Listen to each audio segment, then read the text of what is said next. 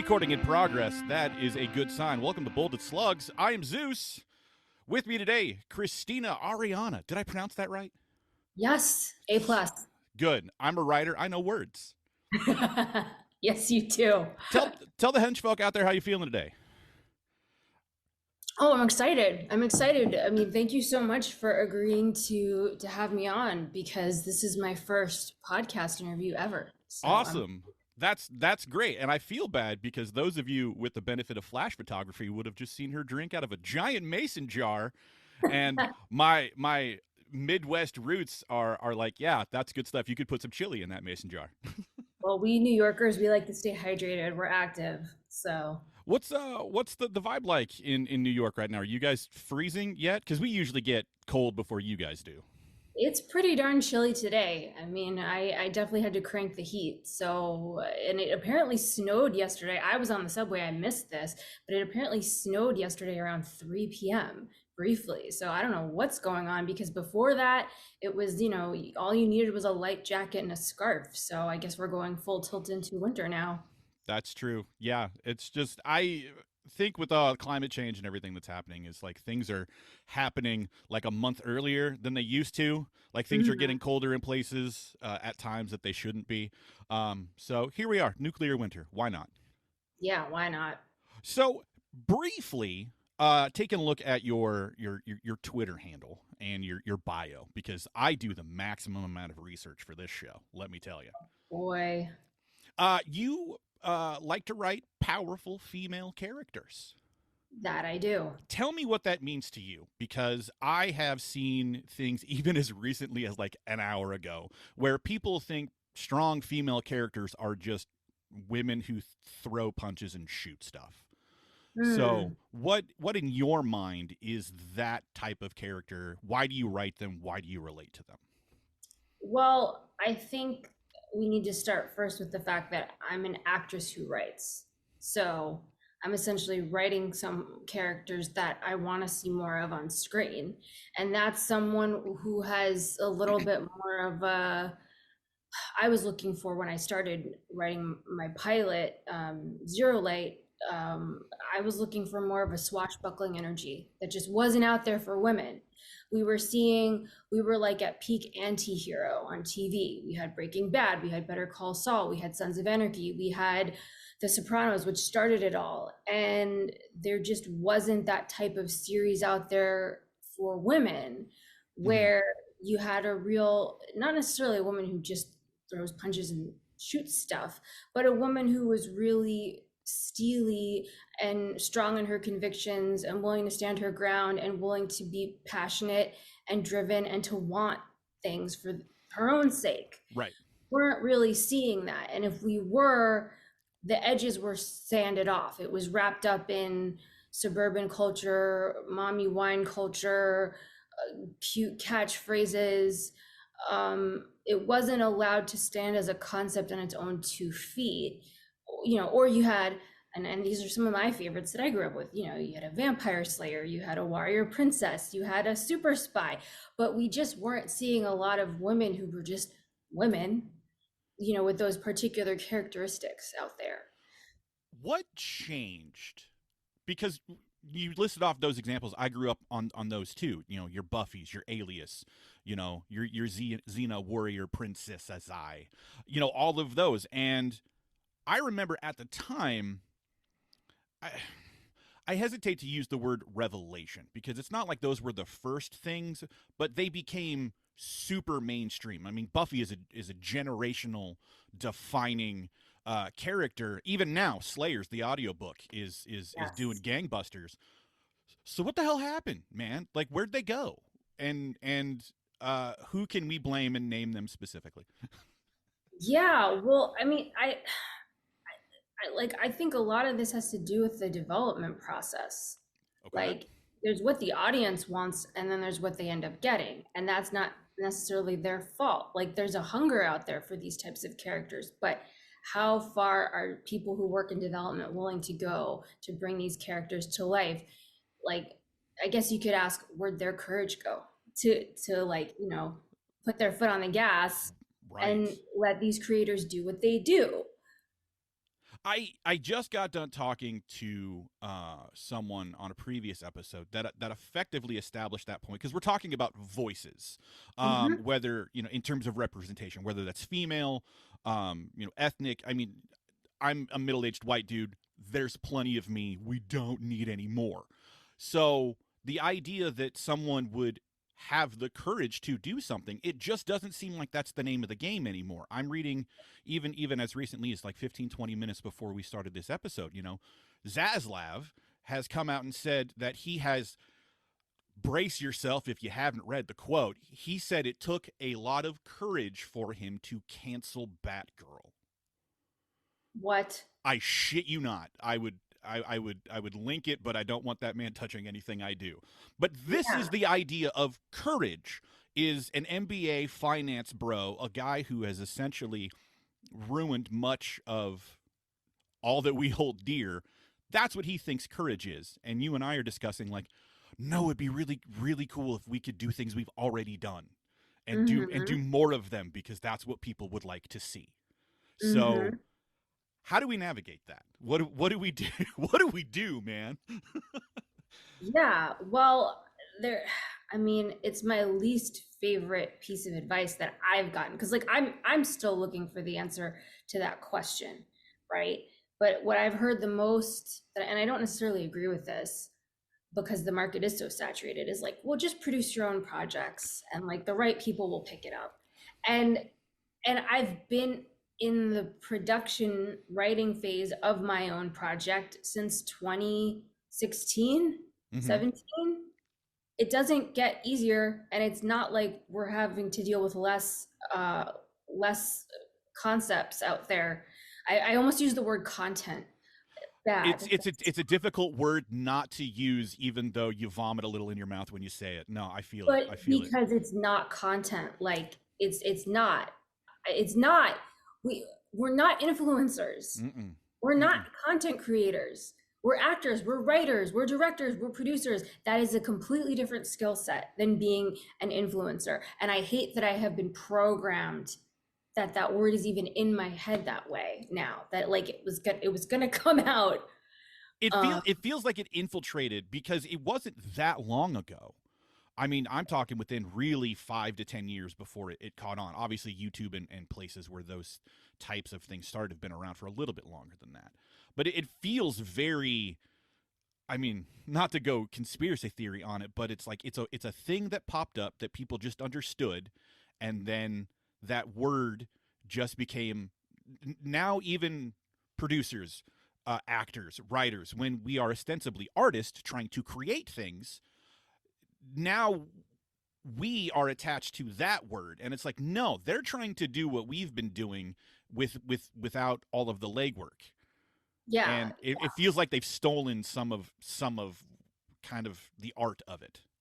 yeah. It denigrates what we do, quite frankly. I think that word denigrates what we do because what we do, we're helping people to process our existence. Film, television, theater, books, paintings, they help us process what it means to be alive at any moment in time. Uh, The TikTok's journey of the human condition, absolutely. right, right. Reality show TV is not doing the same thing. What you're gonna find on your average TikTok influencer's feed, cool as it may be, is not the same thing. Mm-mm, mm-mm. They're not one and the same. But anyway, so to answer your question, I mean, I wish I had that answer of like, how do we get these particular voices centered where they should be? Mm-hmm. There needs to be a bigger sea change. Like, I don't have the answer to this. There needs to be a bigger sea change. We haven't seen it yet. I think I'm very much looking forward to the spring once we get on the other side of like all of the stuff that needs to be ironed out from both strikes. Mm-hmm. What are we going to be looking at in terms of who, which executive is it, what company, and what does that mean I've for I've development? asked several people previously kind of what the next like 12 to 18 months kind of looks like. This is normally a shutdown period, even in a regular year, regardless of the strikes themselves. And at the time of recording, I think SAG has got a ratification vote, I think the 4th or 5th of next week, so it's coming up pretty quick. But what like, are we just going to get more of the same in the next 12 to 18 months because the people in charge are desperately trying to pretend that none of this happened? Yeah, I think that's pretty much a trend at large. I think there's a lot of pretending going on. People are going to dig in their heels and just dig in as deep as they can into their denial that any change of any kind needs to happen anywhere for any particular reason. Um, Because the 5 or 6 people that are in charge, they're fine. I right, mean, if anything, right. they just want to get the helipad on the yacht, and then the rest is just whatever. Right. We haven't seen any major action from boards or shareholders yet. So I don't think that that's going to be the case for some time. Did you maybe mistakenly have a sense? Because I did, especially someone who's not WGA, who's not SAG, who very much looked at this as the strikes as existential to the industry. Like, what the hell am I wasting my time chasing a card for an industry that actively is telling me they don't want me? What are we needing to do in terms of accepting that hope that we had? Because I thought, oh, this is the sea change, and then it's like, no, I was wrong. How do we find hope? How do we find love in a hopeless place? Oh, it's one step at a time. It's one step at a time. This type of like what looks like a sea change Mm-hmm. usually isn't. It's incremental. I like, and I hate even saying that. I don't like saying that. Of course, we all want to snap our fingers and see a great big wave come and sweep everything away, and then we can start rebuilding. But that's just, there are way too many moving parts at stake right now. So it's little steps. I think the fact that these strikes kicked off a wider labor movement and protest is Mm-hmm. Oh, phenomenal. for I sure. don't think that's anything to ignore or take lightly. I think I think that was what kickstarted it, and I think we're like the ball's just going to keep rolling, and we just have to follow. We just have to follow and not lose. The important thing is to not lose momentum. When you are, because you put actress first, so is that kind of how your multi hyphenate breaks down for you? Is your actress, writer, XYZ, or do you place one kind of more important in that list? I started out acting. I've been acting since I was 18 years old. I have my Master of Fine Arts in acting from the Actor Studio Drama School at Pace. I was a candidate for a lifetime membership briefly at the Actor Studio. That's the thing you get when you graduate. You get bumped up to possible member. You can audition for lifetime membership. You get moved to the top of the pile. So that's where I started, and that's ultimately where the core of my creativity lies. I've been told I'm a good writer, but the process of acting versus writing, they are markedly different for me. And so I do put acting first because I'm in it for the collaboration. I'm in it for the rehearsals. Right. I love getting to know my castmates intimately, and there's a level of curiosity that's just never satisfied. And so when I'm on set, I can just be in all places, all different places all at once. It's really fun for me. And writing, it's a little bit more singular. It's slightly more isolating. It's it can be challenging for me to take what I'm experiencing in my imagination and placing it on paper and hoping that the reader is going to feel what I feel and I can take them on that ride with me.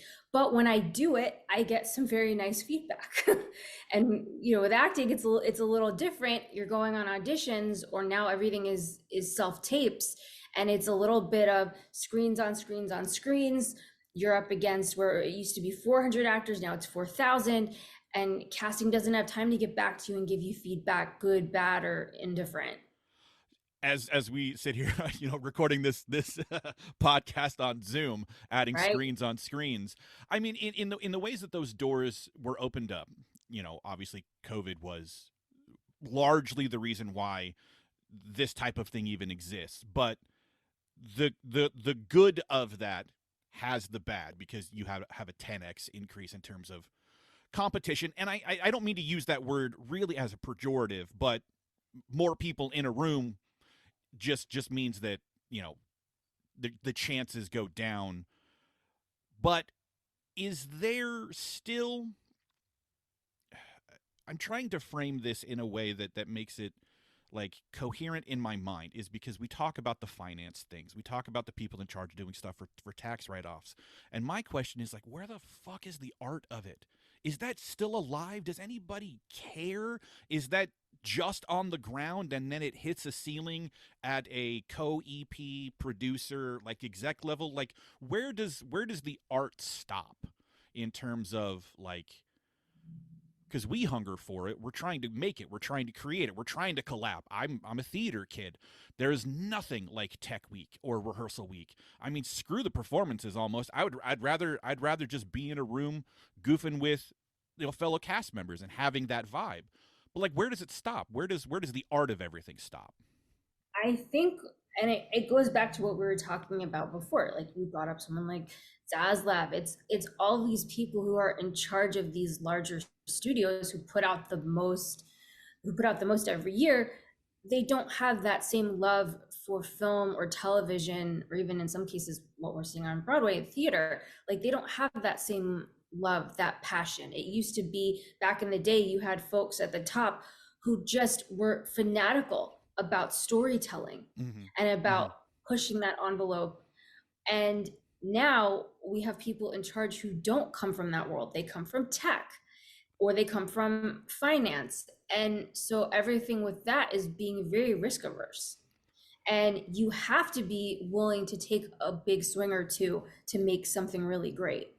Well, I'll assuage your fears because Bob Iger came out yesterday and said that Disney is finally in a position to have quality over quantity.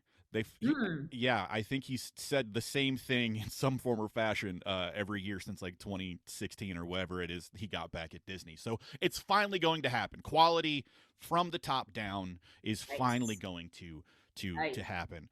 So Yeah. just kind of more broadly, we're Mhm. talking about art, we're talking about creating, and the things that you want to see, you want to write them, obviously, you know, specifically for yourself to be in. Is that kind of the angle, or is it like, no, I don't see enough of this, and if I've got to pull a Thanos and do it myself, then that's just what I'm going to do? Is that kind of how you feel, or is it really just, I want to get back to a place where we had those things before. I want this to be common. Like, where do you come in terms of like the art that you want to make? Where do you think it falls in what people are asking for now? Oh, it's a combination of both. I definitely will admit that I write to support my acting addiction. That's one piece of it. Addiction is a wonderful word. I love it. Yes. And the second piece of it is I absolutely want to create spaces for other people to come and play in and tell their stories, who might not otherwise have that opportunity. So I have a folder of quite a few ideas of either books I want to option or articles, things like that, stories I've heard, things I would like to maximize for the screen. Not necessarily for me. There's a couple for me, but there's a few more that are for whoever wants it, right? Yeah. Do you see that there is a vibe? Because you're East Coast at present, yes. Is Yes. there a vibe similar to kind of the way things used to be in, you know, L.A. and places, you know, on the West Coast, where it's just like, if you're free, let's shoot something, let's do something, let's go. You know, you grab a guy with a camera, you grab a couple of your actor buddies, and then you just go shoot something. Is New York that way, or is it different in terms of the way things are kind of put together? I I'm in a position where, right or wrong, the last 3 or 4 years, I've made friends with quite a few people in LA who seem awfully collaborative in comparison to New York. New York, I feel, plays it a little bit closer to the vest. You have to get into certain circles in order for that sort of thing to occur, to just like get together and film something. Mm-hmm. Whereas LA, just through the power of becoming a little more active on, let's say, Twitter, I have made some wonderful connections with people, and I have some wonderful standing invitations whenever I get out there to come and play and film things. Uh, and I'm from New York, so make of that what you will. Well, I as a Midwest guy who's never been further east than Knoxville, Tennessee, I'll take you at your word. Because I hear and have always thought that the East Coast versus West Coast sort of battle. I don't even know if it's real, but yeah, it did feel clicky, and there's clicks everywhere, but it didn't feel like it was behind a gate. Like if you got into a click simply by networking, I know a guy who knows a guy who has a lens, who has who can hold a boom, and then suddenly you've got 6 or 7 people and you're shooting something, as opposed to like say. Well, you're only in the club if you like go to NYU, or if you are, in the actor's studio. If you're not in those groups, then you don't get to play. Is that a Yeah, fair yeah, assessment? that's a fair, I would say that's extremely fair. Yeah, it's, yeah, like I said, they people here tend to play it a little closer to the vest. There's a little bit more of an edge, a little bit more of a competition. And look, I'm not here to compete with anybody. Like I'm here to compete with myself. I just want to make friends and tell stories and connect with people, connect with an audience. It's the reason why I write, the reason why I act is as someone who, because I'm an only child, so I spent more time with adults growing up than with kids. So I didn't exist amongst my peers particularly well, not for lack of trying, but it's just, and I was also the youngest person until a couple of years ago on both sides of my family. So I really didn't get a lot of time with my peers. But when I would be able to act, or if I had an idea for a story, suddenly it's a whole different ball game. Awesome. Like as someone who's never been to New York, who doesn't understand it, I hear the actor's studio, and obviously you know where I'm going. It's the TV show. It's Yeah, I they're I math. am go I am going to ask you what your favorite curse word is, just because I just want to throw that in there. But what is the process in like literally what is the process inside the actor's studio? What is that environment like for someone who doesn't have any frame of reference other than the guy who wrote the Thundercats theme? Well, it's important to remember that the show is it's not, it does not take place, it did not take place inside the actual actor studio. It was filmed at, What? I yeah, thought that it's, was like your like cafeteria or something. no, no. Well, it's all, there's a distinction to be made here. So okay, you have the actor studio, which was founded in the 1930s, has its root in the Moscow Arts Theater. Then there's my school, which is the Actor Studio Drama School, which is an offshoot of the core program. Okay, okay. So the MFA is an offshoot of the studio. So that class, which is also the show, that quite literally was our master class that was then Oh, broadcast for all the world to see. okay. So initially, when the Actor Studio MFA program was at the new school, it was filmed in an auditorium at the new school. Then the program left, moved to Pace University, and so it was taped in an auditorium at Pace University. Got it. Okay. Hey, Yeah, clarity. I love it because yeah, I would have thought, wow, look at the budget. They've got a big enough room and they've got cameras. Isn't that great? yeah. Where So where do you feel in terms of like you have an MFA, you have an education. I'm going to ask the is it better to go to film school question as opposed mhm. to can you just watch a bunch of movies and TV show and figure it out? Do you think you gained more insight, expertise, or just simply connections than you may have otherwise had? Kind of just bootstrapping it. Oh, absolutely. I mean, I think first of all, that question, in order to accurately answer it, it depends on, first of all, what type of raw talent are you dealing with? Some people are just blessed by God and they pop out and they need very little refinement in their technique. They just have the skill set, it's innate, Mm-hmm. and you just let them run with it.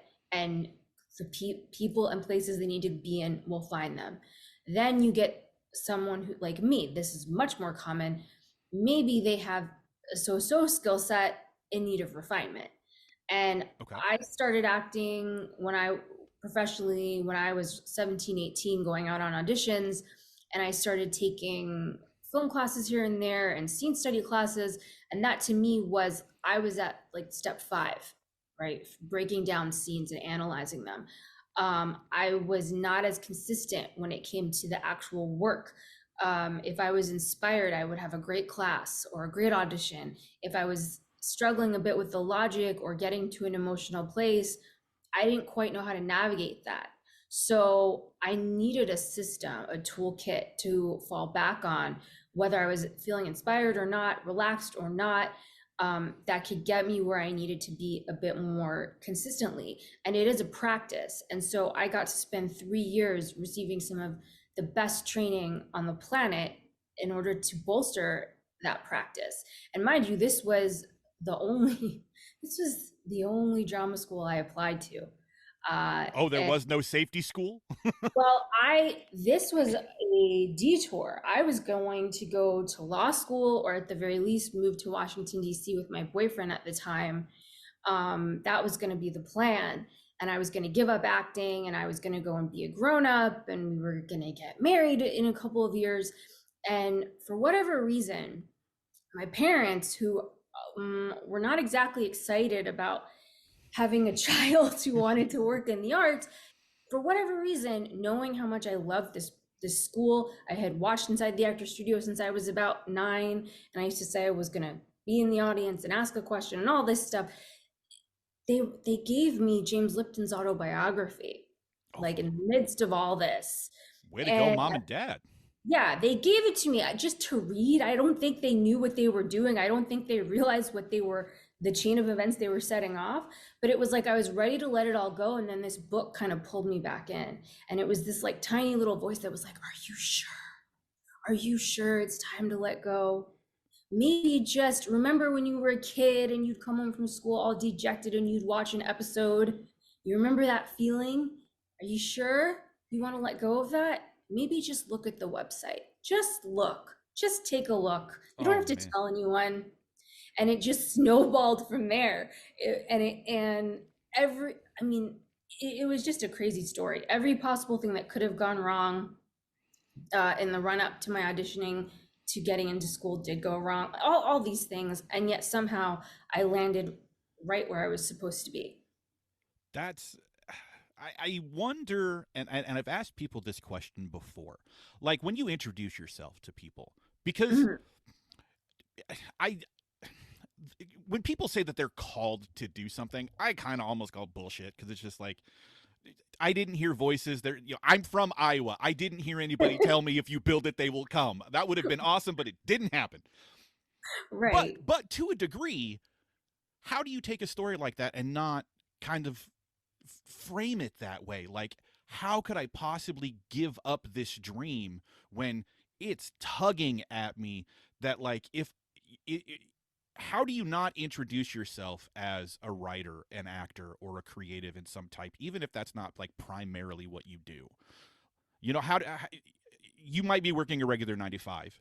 That's what you do for income, but it's not who you are, I guess is what I'm saying. Like, would you have ever felt comfortable, say you did go to DC, say that was the path that you went down? Would you have felt comfortable? Do you think there would have been 3 years, 5 years down the line where you're like, oh, I fucked up?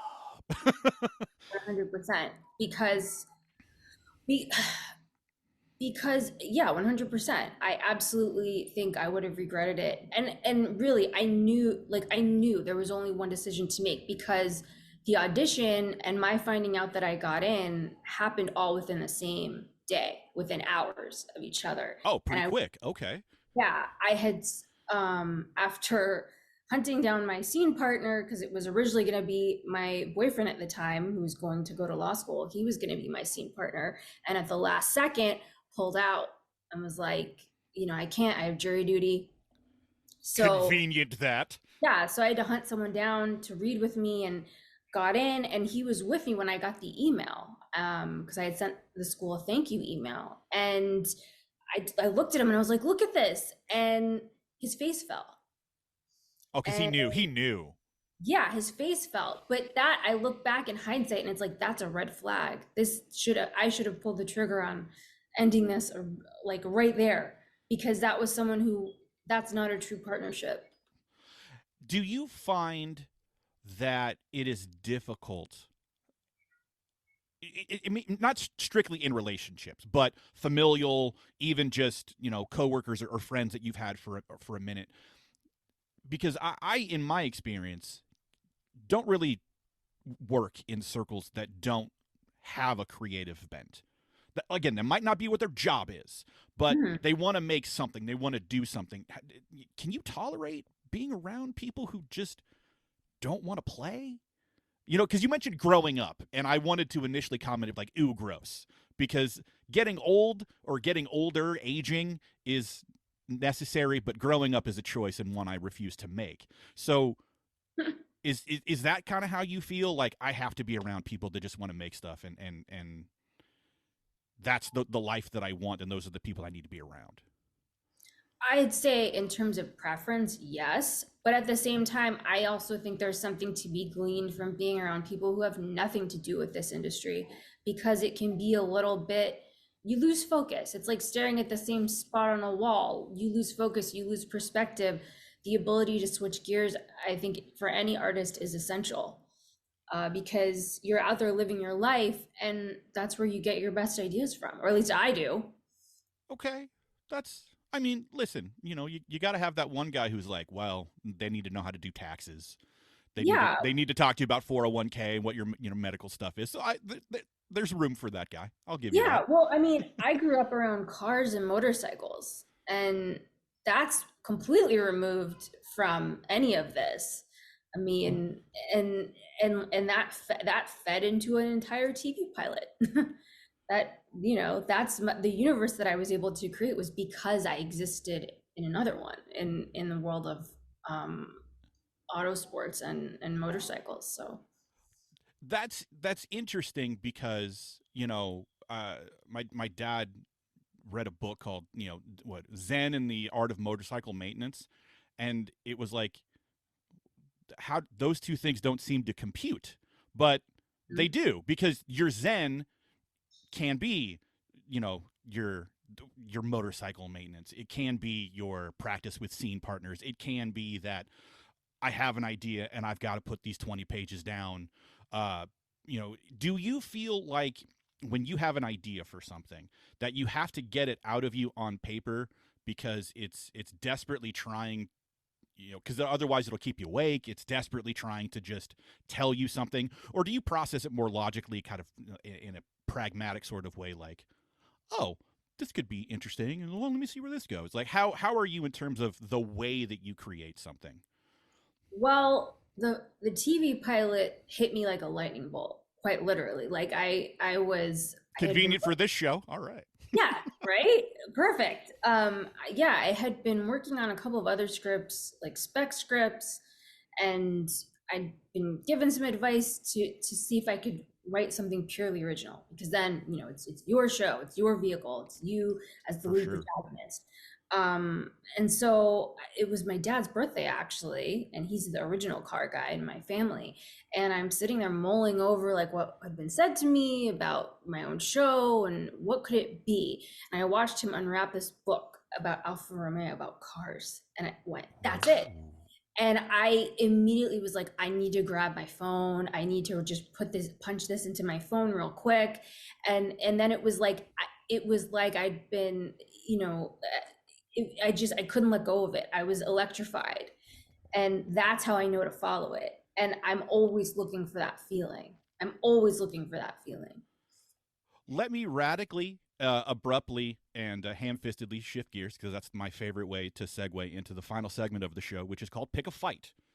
And Awesome. and that is something in the industry that you hate, despise, whether that be a person, place, or thing.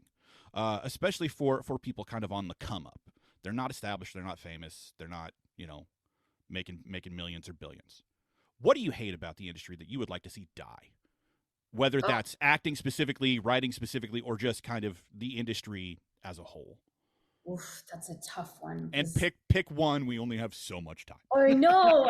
This is the hard part. I have to pick one. This Oh, is why I want to get people back multiple times. I refuse to pay for the Zoom subscription because it limits me to a half an hour. okay. Um, I think, well, this is more a New York thing, but pay to plays in order to meet with reps. Okay. I hate how predatory it is. I mean, I've heard people say you don't need a rep, just do good work and they'll find you and blah blah blah. Listen, if you want to get in the good rooms with the good casting people and the really good sides, or Mm-hmm. the really great writers room and the showrunners, you need someone who's willing to fight on your behalf. And to prey on people's need to be seen, right? Right. By these Right. folks, it's just the worst. It's the worst of the worst. It's the lowest of the low. We pay for so many things. We pay for headshots. We pay for workshops. We pay for classes. So now we have to pay in order to get someone in our corner on our team. On top of it, especially as actors, you're auditioning for these people. Yeah, and then they are the ones after you've paid them that get to make the determination of whether or not they want to continue doing business with you. And I'm like, that's not how transactions work. I Right. pay you, Exactly. you do a thing, I then make you more money. How dare you cut me loose? That just it does predatory is a very, very good word for it. And it seems to run through a lot of aspects, whether, like you said, courses, programs, that's not just acting, that's writing too. And people are Mm-hmm. going to tell you, hey, you take this.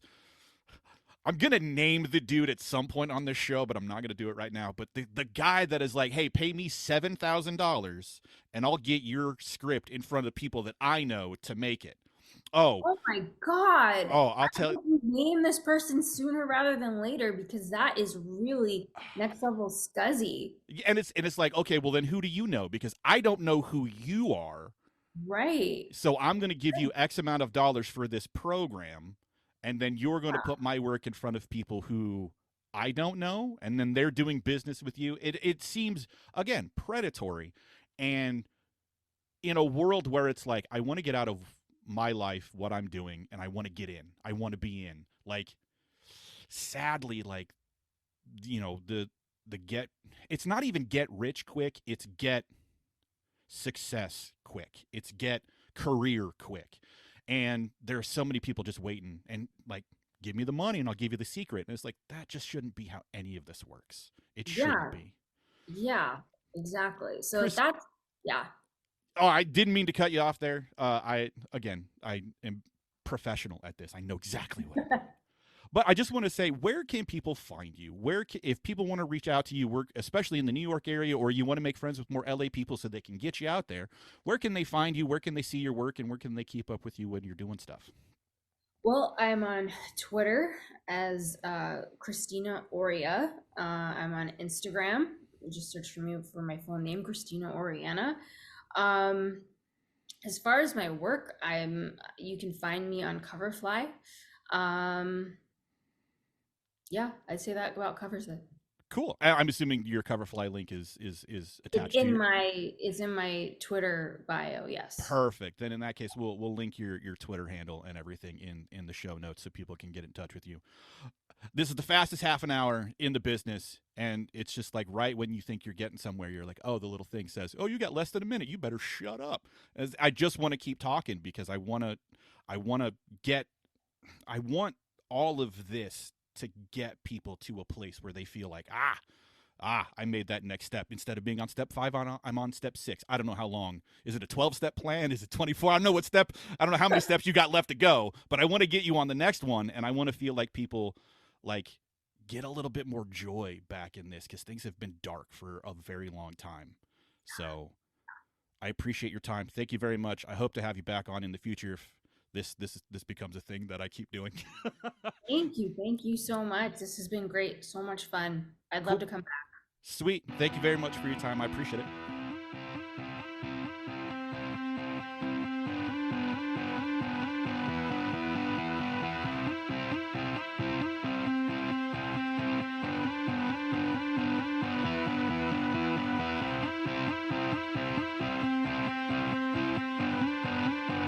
Bolded Slugs, the podcast, would like to thank our partners at FilmSnobbery.com for hosting our show. Today's music is Sublime by Kenny Ashari from the Free Music Archive, licensed under Creative Commons. Bolded Slugs, the podcast, is a Dapper Duck media production.